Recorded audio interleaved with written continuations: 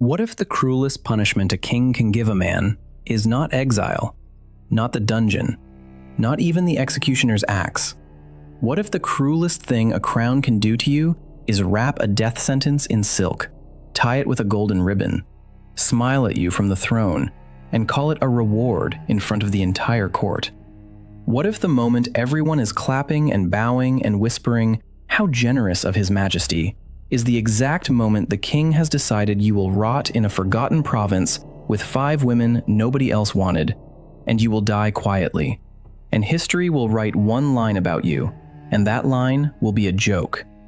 That is the question I want you to hold in your mind for the next hour, because what I am about to tell you happened to a man named Edric Morwen, 27 years old, junior advisor to the royal treasury, a man who made one mistake. He told the truth in a room where the truth was forbidden. My name is Luna. I dig through the kind of stories that powerful people prefer you never hear, the ones that get buried in palace archives, in monastery cellars, in the locked drawers of family historians who took bribes to keep their mouths shut. The story of Edric Morwen was one of those. For nearly 2 centuries, the official chronicles of the Kingdom of Valmor recorded only this: Lord Morwen was rewarded with marriage and granted the province of Greyhollow, where he lived in obscurity until his death. One sentence. That is what the crown wanted you to remember. But I am going to tell you what really happened. I am going to tell you about a widow named Seraphine who buried 3 husbands and was called cursed. About a warrior named Kira whose own brothers tried to kill her in her sleep for being better with a sword than they were. About a healer named Elowin who was burned out of her village because the priest said her medicine was witchcraft. About a merchant named Mira who spent 4 years in a stone cell because she dared to lend money to peasants without the guild's permission. And about a mage named Lyra, 17 years old, expelled from a monastery for asking the wrong question about the nature of God. These were the 5 women the King of Valmor decided Edric Morwen would marry. All 5. At the same time, in a single ceremony, as a reward. Stay with me, because in about 30 minutes I am going to show you the night that Edric remembered something he should not have been able to remember. And I am going to show you what he did the morning after. And I am going to show you the face of King Aldric IV, the day he rode into Greyhollow 1 year later, and realized that the man he tried to bury had built something that made the capital look like a peasant village. But first, let me take you to the throne room. Let me put you in that chair. Let me make you feel the silk on your neck, because before you understand what Edric became, you have to understand what they tried to make him. The Kingdom of Valmor in those years was rotting from the inside. The treasury was leaking gold into 100 private pockets. The army had not been paid in 7 months. The grain stores in the eastern provinces were half empty because 3 different lords had bribed 3 different inspectors to look the other way. And in the middle of this, a young man named Edric Morwen sat at a small desk in the treasury chamber with ink-stained fingers and a stack of ledgers in front of him, doing something nobody had asked him to do. He was counting. He was counting honestly. That was his crime. Edric came from a minor noble house. The Morwen family had a small estate 2 days' ride south of the capital, decent vineyards, a respectable name, no political ambition. His father had served as a magistrate. His mother died of fever when he was 9. Edric had 2 older brothers who inherited everything, which consistent discrepancy. Every quarter, for 9 quarters in a row, the recorded grain output of the central provinces was 3% higher than the actual delivered grain. 3% of the kingdom's grain, disappearing every 3 months for more than 2 years. Edric did what an honest man does. He prepared a report. He used clean numbers. He cross-referenced the granary records, the transport manifests, the tax collection logs, the merchant guild's import declarations. He worked on it for 6 weeks at night in his small chamber by candlelight, with bread and cold tea. And when it was finished, he presented it. Not to a senior treasurer, not to a guildmaster, not to a friendly noble who could quietly pass it along. He presented it directly to the king. He thought he was doing a good thing. He thought the king did not know. He thought the king would be grateful. He was a child. King Aldric IV of Valmor knew. Of course he knew. He had known for 2 years. The The 3% was not being stolen by some greedy minor lord. It was being skimmed by the Lord Chamberlain, Drustin Vey, the king's most trusted advisor, the man who had arranged the king's marriage, the man who controlled access to the throne room itself. And Drustin Vey was paying half of his theft directly to the queen's private accounts, which meant the king was eating from that grain too, indirectly, quietly, the way kings eat. When Edric stood in the throne room and presented his report, hands shaking slightly because it was the first time he had been so close to the crown, King Aldric let him speak. The king listened. The king nodded thoughtfully. The king said, "You have done excellent work, young Lord Morwen." And then the king turned to Doctor. The king listened. The king nodded thoughtfully. The king said, "You have done excellent work, young Lord Morwen." And then the king turned to Drustin Vey, who was standing 3 steps behind the throne with his hands folded, and the king smiled, and Drustin Vey smiled back. And in that single exchange of smiles between 2 old men in a stone room, the life of Edric Morwen was already over. He just did not know it yet.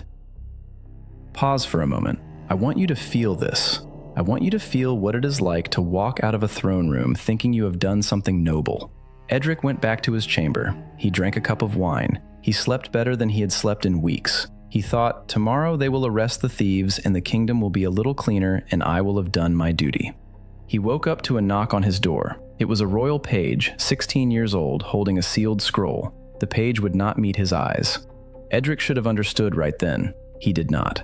He broke the seal. He read the words, and the words were these: "By the gracious will of His Majesty King Aldric IV of Valmore, in recognition of extraordinary service to the crown and in celebration of his loyal heart, Lord Edric of House Morwen is hereby elevated to the rank of Baron and granted the province of Greyhollow in perpetuity, along with 5 honored brides selected personally by the crown, to be wed in a single ceremony at sunset 3 days hence in the Cathedral of the Silver Hand. May his union be fruitful and his service everlasting."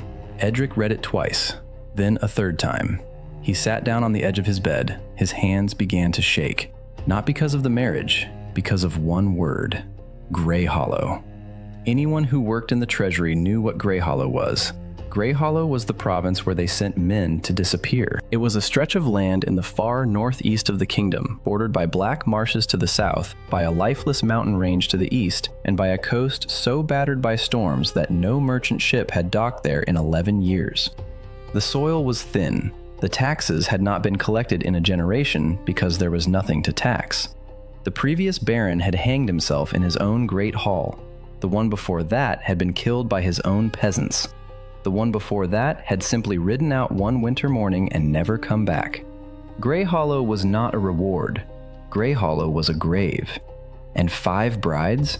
Edric did not even know yet who they were, but he knew what personally selected by the crown meant in court language. It meant women the crown wanted out of sight, women whose families had become inconvenient, women whose existence embarrassed somebody. 5 of them. Tied to one disgraced young noble in one province nobody could find on a map. It was elegant. It was beautiful. The king did not have to order a single death. He just had to smile and sign and let geography do the killing. Pause. Let that sit on your chest for a second. Imagine the silk ribbon on that scroll. Imagine the smell of the royal wax. Imagine being 27 years old and reading your own funeral and being told to thank the king for it. I told you at the start of this story, what if the cruelest punishment a king can give is a gift? Now you know what I meant. The wedding happened 3 days later. The Cathedral of the Silver Hand, 600 candles, the smell of incense so thick you could chew it. The court came not because anyone respected Edric Morwen, but because everyone wanted to see the comedy. They wanted to see the 5 rejected women lined up like cattle at market. They wanted to see the young fool who had thought honesty was a career strategy.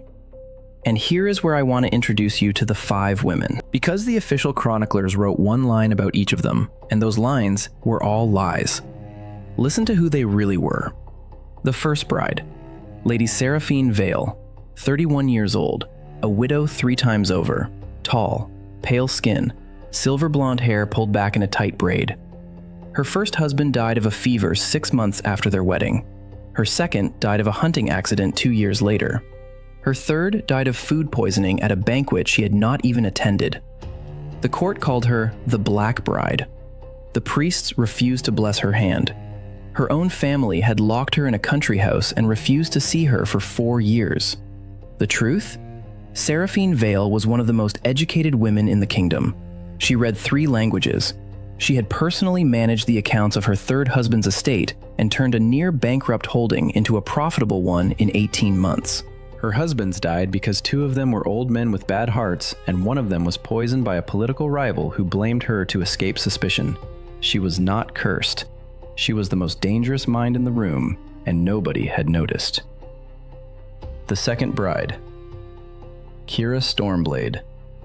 24 years old, red hair cut short like a soldier's, a scar across the left cheekbone, daughter of a minor military house in the western border. She had trained with the sword from the age of 7 because her father had no sons and refused to let his name die with a daughter who could not fight.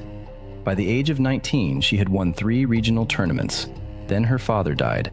Then her 2 cousins, who inherited the house, decided that a sword-wielding female heir was a threat to their authority. They tried to drug her wine and smother her in her sleep. She woke up. She killed one cousin with a candlestick and broke the other one's arm in 3 places. The court called this an unforgivable act of violence by a deranged woman. The cousins called it self-defense, for themselves. Hera was stripped of inheritance and declared unmarriageable. The truth? Hera was the finest swordswoman in the kingdom under 30, and she had nowhere to go. The third bride, Elowyn Ashthorne. 29 years old, brown hair tied with a green ribbon, calm gray eyes. The daughter of a village herb woman. She had spent her entire life learning the healing arts from her mother, and from 3 years of unofficial study at a monastery library that she had snuck into at night by bribing a gatekeeper. She knew how to set bones, how to clean wounds with boiled water, how to recognize the early signs of plague before any priest could diagnose it. Her village had a problem. Children were dying of a winter sickness, and the local priest insisted on bleeding them. Elowyn told the parents to stop the bleeding and instead boil water, keep the children warm, and feed them broth. The children lived. The priest lost his fees. The priest accused her of witchcraft. Her cottage was burned. She walked 60 miles to the capital with nothing but the clothes on her back and was found half-starved on the cathedral steps 3 weeks before the wedding. The truth. Elowyn Ashthorne understood germ-related disease 200 years before anyone in the kingdom would write the word microbe. The fourth bride. Mira Quinwick, 33 years old, black hair, sharp cheekbones, eyes that never stopped calculating. A merchant. Or rather, a former merchant. She had built a small but profitable trade network in the southern grain markets, dealing in honest weights and fair contracts in an industry where neither of those things was common. Her crime? She had started lending small amounts of money to peasants at low interest, bypassing the merchant guild's lending monopoly. The guild fined her. She kept lending. The guild seized her warehouse. She kept lending out of her own home. The guild had her arrested. 4 years in a stone cell, released 2 weeks before the wedding. Nobody told her she was being released to be married off. She found out when the guards put her in a wedding gown. The truth? Mira Quinwick had built a functional micro-banking system inside a feudal economy that did not even have the word bank. The fifth bride, Lyra Solvin. 17 years old, silver hair to her waist, big, serious eyes. The youngest. The strangest. She had entered the monastery of the Pale Sister at the age of 11, intending to become a sworn cleric. She had a natural gift for the small magics, light, warmth, minor healing, that the monastery prized. She was on track to become one of the youngest ordained sisters in 2 centuries. Then one evening, during a theological study circle, she asked a question. The question was, if the goddess is all-merciful and all-powerful, and if she sees a child suffering, and if she does not stop the suffering, then either she is not all-powerful or she is not all-merciful. And which is it? 3 of the older sisters reported her to the abbess. The abbess called it heresy. Lyra was expelled the next morning. Her family refused to take her back. The court arranged for her to be the 5th bride 2 days later. The truth. Lyra Solvin had the makings of the most original theological mind in 100 years. and the monastery had punished her for thinking. 5 women, 5 rejected. 5 reasons society had decided they were broken, and not one of them was actually broken. Every single one of them had been punished for being too capable, too inconvenient, too smart, or too good at something that threatened somebody else's small power. The wedding ceremony lasted 3 hours. Edric stood at the altar. The 5 women were brought in one by one, each escorted by a different lesser priest because no senior cleric wanted to be associated with the ceremony. Seraphine walked in with her chin high and her eyes fixed on a point on the wall. Kira walked in with a slight limp from a fresh boot that did not fit. Elowyn was so thin under her wedding gown that the silk hung off her like a sail in dead wind. Mira looked at every face in the audience, and you could see her cataloging them, remembering which courtier had laughed and which had looked away. Lyra was barely more than a child, holding the bottom of her gown up off the cathedral stones because nobody had hemmed it properly. The audience giggled. Actually giggled. There was a moment when a courtier in the 3rd row laughed out loud, and his wife had to elbow him to make him stop. King Aldric IV sat on his elevated throne at the back of the cathedral and watched the whole thing with the soft, satisfied expression of a man watching a problem solve itself. Edric did not look at the king once during the ceremony. He looked at the 5 women. He looked at each of their faces in turn as they were brought to him. And what was strange, what nobody in the audience could have known, is that something was already happening inside Edric's head. A small wrongness, a small feeling of, I have done this before. He could not place it. He pushed it away. He said the vows, he signed the registers, he accepted the symbolic chain of office for the province of Greyhollow, a chain made of cheap black iron because nobody had bothered to forge a proper silver one for a baron everyone expected to die within the year. That night there was no celebration feast. The court was uninterested. The king had retired. Edric and his 5 new wives were given 2 carriages, a small guard of 6 men, 3 weeks' worth of road provisions, and the official seal of the barony of Greyhollow in a wooden box that smelled of old grain. They were to leave at dawn. The court would not see them off. There would be no minstrels. There would be no banners. They rode out of the capital just as the sun was rising. 6 riders in the front carriage, Edric and the 5 women, crowded together in a space designed for 3. 6 guards on horseback around them. The guards had been chosen for this duty as a punishment for minor infractions, and they hated everyone in the carriage. The road northeast was long. It would take 14 days to reach the edge of Greyhollow if the weather held, 16 if it did not. For the first 3 days, nobody spoke. Not really. Seraphine kept her eyes on the road. Kira sharpened a small belt knife she had concealed in the lining of her gown. Elowyn slept for most of the journey, exhausted from years of malnutrition. Mira watched everything and said nothing. Lyra read and reread a small, worn prayer book she had managed to keep through her expulsion. Edric did not know what to say to any of them. They did not know what to say to him. They were 6 strangers tied together by a piece of royal wax and a province that was probably going to kill them all. And then on the 3rd night, something happened. They were camped at a roadhouse on the edge of a thin forest. The guards had taken the warm room and given Edric and the women the loft above the stables. It was cold. Snow had started to fall, light but steady. Edric could not sleep. He went down the ladder, into the stable yard, and stood looking up at the sky. And it hit him. It hit him the wave hits a man standing in shallow water, without warning, without mercy, and it knocked him to his knees in the snow. He remembered. He remembered a city of glass towers, the kind of towers no kingdom in Valmore had ever built.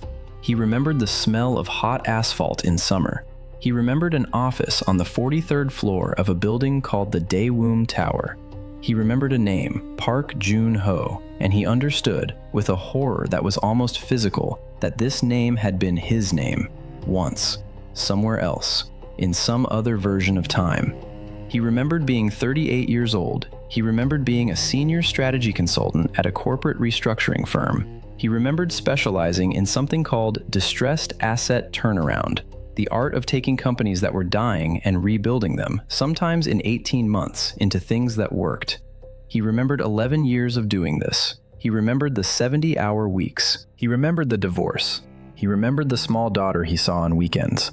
He remembered a rainy Tuesday night driving home from a client meeting in Busan, and a truck that swerved across the center line, and headlights, and a sound like the world being crushed, and then nothing. And then this. Edric Morwen, 27 years old, in a stable yard, in a kingdom that did not exist, married to 5 rejected women, exiled to a province designed to kill him. He sat in the snow and he did not move for a long time. The cold went through his cloak. He did not feel it. And then slowly, and this is the moment, my friends, this is the moment the entire story turns on. Slowly, he began to laugh. Quietly at first, then harder, until he was laughing so hard the stable horses snorted and shifted in their stalls. Because Park Jun-ho understood something Edric Morwen could not have understood. Park Jun-ho understood what King Aldric IV had actually given him. The king had given him a problem.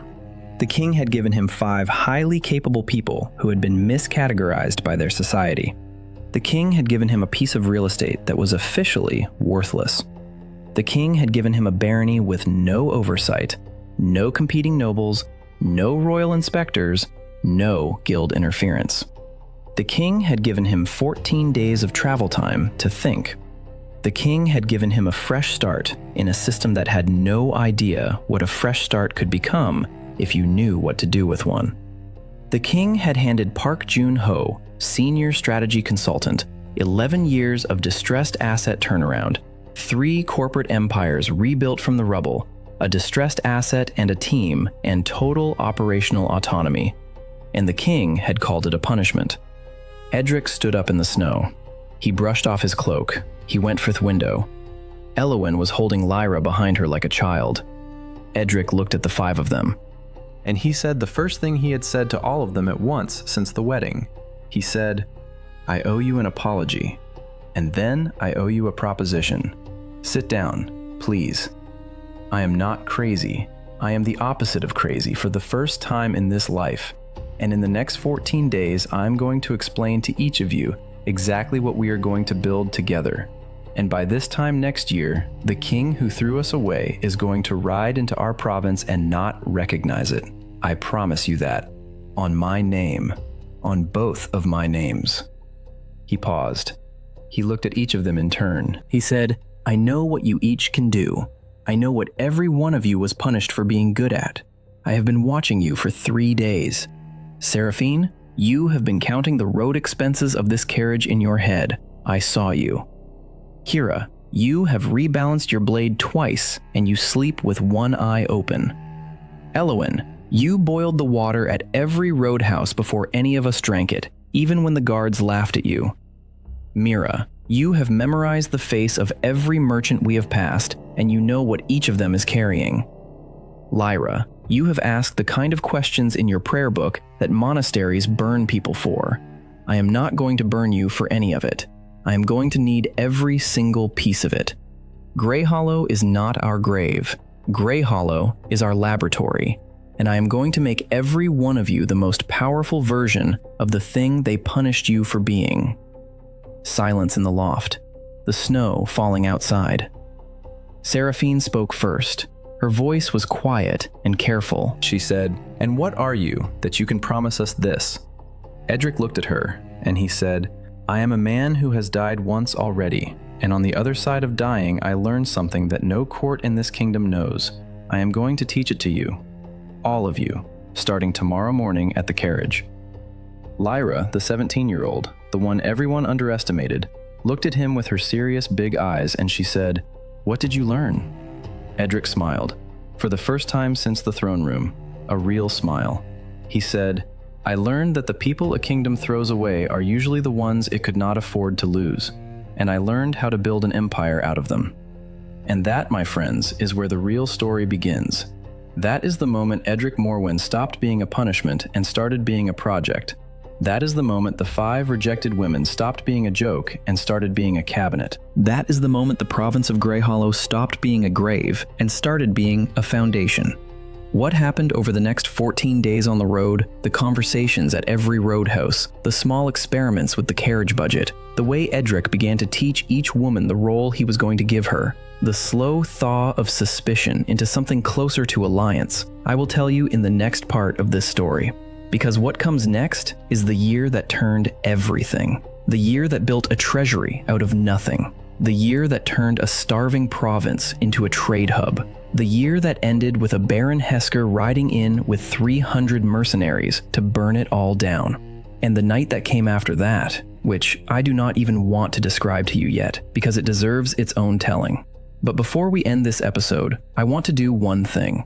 I want to take you to 1 year and 3 months after that snowy night in the stable yard. I want to take you to the Great Hall of Greyhollow, which had been rebuilt from gray stone into something with high windows and tapestries and a long oak table. And I want to put King Aldric IV in that hall, because he came. He came because the rumors from the northeast had become too strange to ignore. He came expecting a half-dead barony and a thin, embarrassed baron. He came with 20 of his court. He came in a carriage with the royal crest, and he walked into the Great Hall of Greyhollow, and he stopped in the doorway. The hall was full of people, working people, clerks at small desks, 2 of Mira's apprentices counting coins behind a counter, one of Elowin's medical students reading a chart aloud to another student, a map on the far wall showing trade routes that did not exist a year ago, a new banner hanging above the hearth, a silver wolf on a deep blue field, the new coat of arms of Greyhollow, which the king had never authorized and which technically did not legally exist. And at the head of the long oak table, in a dark blue coat with silver embroidery, with a small ledger in his hand and a calm expression on his face, sat Edric Morwen.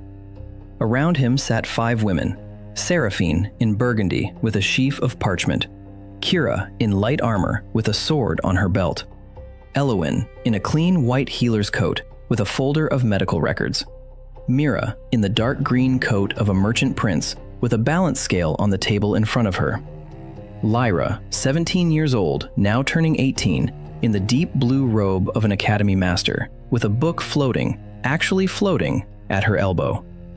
King Aldric IV stood in the doorway and did not speak for a very long time. Edric Morwen looked up from his ledger. He saw the king. He smiled, a small, polite, devastating smile, and he said, "Your Majesty, we have been expecting you. Please come in. The chair to my right is for you. There is a great deal to discuss." The king's face, and I want you to picture this, because the chronicler who eventually recorded this scene in a private journal that was not found until 200 years later used 3 words to describe it. The king's face went gray. Gray like ash. Gray like a man who has just realized that the thing he buried has come back not as a ghost, but as a successor. Behind the king, Drustin Vey, Lord Chamberlain, architect of the original punishment, secret embezzler of the kingdom's grain, stepped into the doorway of the hall. And Drustin Vey saw the room. And Drustin Vey understood in 1 second that he was looking at his own death sentence. But that, my friends, is for next time. In the next episode, I will tell you everything. I will tell you how each of the 5 wives became a minister. I will tell you how Mira built a banking system out of nothing. I will tell you how Kira turned 23 farmhands into a fighting force that broke 300 mercenaries. I will tell you about the night Baron Hesker came to burn Greyhollow and what Lyra did with the night sky to stop him. I will tell you about the trial in the Great Hall. I will tell you what Drustin Vey said when Edric placed 9 quarters of forged grain records on the table in front of him. I will tell you what King Aldric IV did when he realized that the young fool he had buried in the northeast now had enough evidence to remove him from the throne and chose not to use it. I will tell you why Edric chose not to use it, because that choice, that one choice, is what made Edric a king inside a kingdom that still had a king. And that is the real beginning of the empire. So before you go, let me leave you with the lesson. The lesson that Park Joon-ho carried across 2 lives. The lesson that Luna wants you to take home tonight, no matter what world you live in, listen carefully. A society does not reject its worst people. A society rejects its most inconvenient ones.